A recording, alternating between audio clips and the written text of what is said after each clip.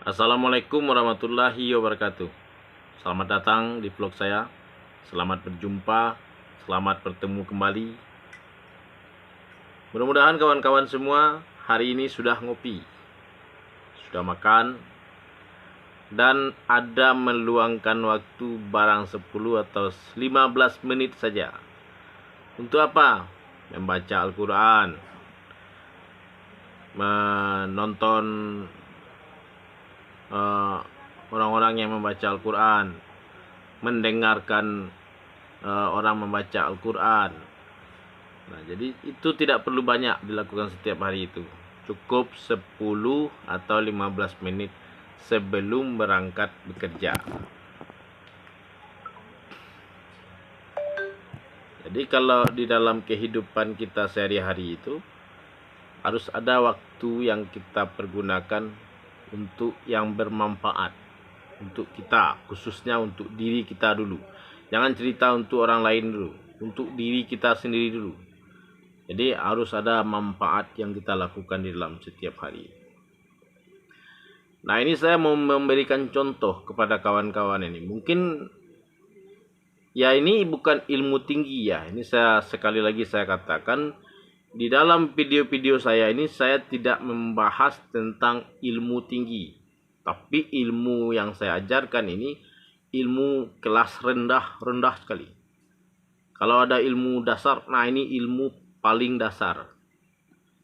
Nah, kalau orang mau membuat rumah, itu yang pertama sekali dia bikin itu tiangnya apa pondasinya. Nah, orang yang mau membuat rumah itu yang dibikin pertama sekali itu pondasi rumah itu. Nah, dari pondasi itu orang itu sudah mulai berpikir, ini rumah mau dibikin 3 tingkat atau 2 tingkat atau 1 tingkat saja. Nah, pondasi itulah yang mengukur. Nah, tukang itu mengukur, ini mau dibikin 5 tingkat. Nah, pondasinya berapa lebarnya, berapa kedalamannya, berapa batu ukurannya, berapa semennya, berapa tiang besinya yang harus dipakai untuk membuat bangunan 3 tingkat. Nah, itu urusan tukang itu. Jadi segala sesuatu itu ilmu yang diperlukan. Nah, ilmu yang saya ajarkan ini adalah ilmu tahap dasar. Taruhlah pondasi agama. Ya, ilmu itu banyak macamnya. Saya nggak tahu. Yang tahu itu yang saya punya saja. Nah, saya mau kasih contoh kepada kawan-kawan ya. Mungkin kawan tanya pada diri sendiri. Boleh tanya. Terus tanya sama orang lain. Apa doa yang dibaca orang ketika mau minum kopi? Boleh itu. Mau dia itu putih pakaiannya, sorbannya tebal segala macam, ataupun dia pakai singlet doang, silakan. Coba dia suruh makan dan minum, terus suruh dia baca doanya. Apa doa yang dibaca? Dia tuh akan membaca doa seperti ini. Bismillahirrahmanirrahim.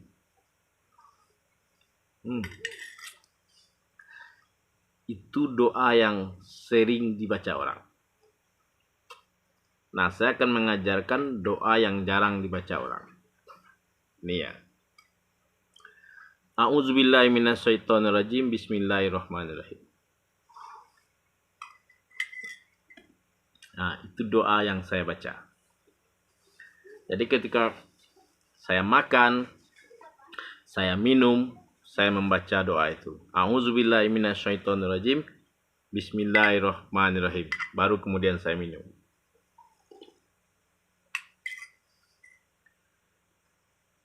Supaya apa? Kenali artinya. Kenali dan pahami terjemahan dari Arab itu.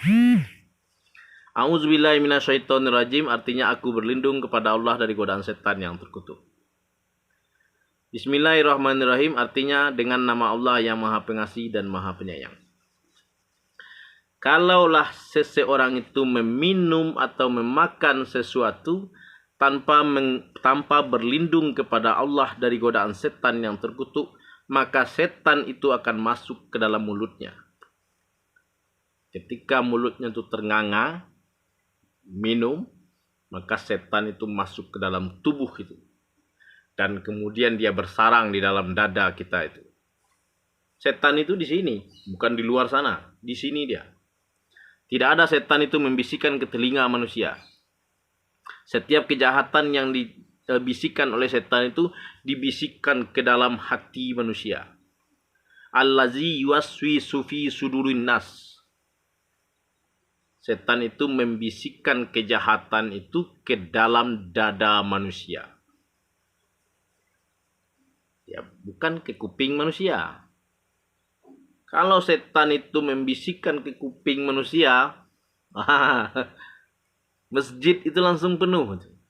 Langsung ada security-nya. Kenapa? Takut mendengarkan bisikan setan. Pasti dia mendengar bisikan itu, mau pas ditengoknya nggak ada orangnya. Nah, ini setan ini, lari orang. Lari ke masjid. Masjid itu langsung penuh. Kalau seandainya setan itu membisikkan kejahatan itu ke telinga manusia. Tapi setan itu membisikkan kejahatan itu ke dalam dada manusia. Kapan setan itu masuk ke dalam dada manusia itu? Ketika dia makan, ketika dia minum, hanya membaca Bismillahirrahmanirrahim. Itu masih bagus. Ada yang tidak baca doa sama sekali. Membat aja. Makan, minum, hap-hap. Nah, yang bagus itu baca. Auzubillahiminasyaitonirrajim. Bismillahirrahmanirrahim. Makan. Kalau Allah itu tidak memberikan kasih sayangnya kepada kita, maka kita tidak akan bisa terlindung dari setan itu. Setan itu dari zaman Nabi Adam itu sampai sekarang dia masih ada. Setan yang membuat Siti Hawa itu bisa tergoda untuk memakan buah kuldi itu.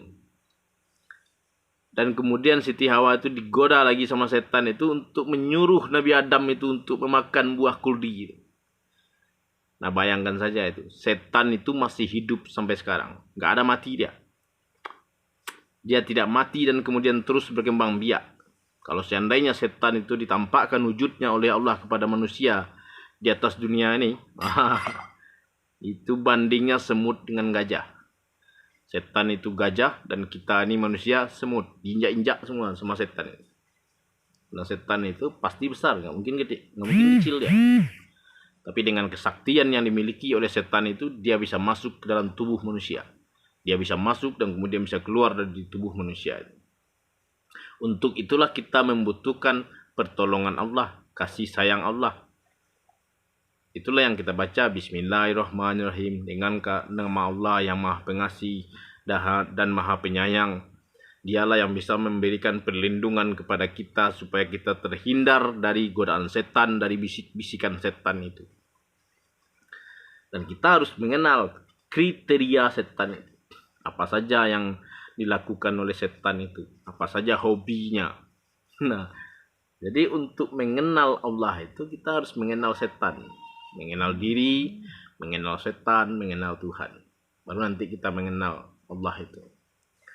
Jadi setan itu diciptakan Tuhan di atas dunia ini untuk menggoda dan menyesatkan keturunan Adam. Nah, itu tidak ada agama di situ. Mau agamanya Hindu, Kristen, Buddha, Konghucu, dan ratusan agama lainnya. Itu akan disesatkan oleh si setan itu. Dan akan dijadikan kawannya nanti di neraka Jahanam. Karena dia sudah mendapatkan SK khusus untuk masuk ke dalam neraka Jahanam. Dan visi misinya di atas dunia ini mencari kawan sebanyak-banyaknya. Nah, itulah perlunya kita mengenal setan itu. Kriteria setan itu. Tipe-tipe setan itu. Bagaimana cara dia menggoda kita. Bagaimana caranya dia menyesatkan kita. Kalau tetangga beli TV baru, kepala kita pening, nah itu ulahnya setan itu. Harusnya kalau tetangga beli TV baru, kita senang. Assalamualaikum warahmatullahi wabarakatuh.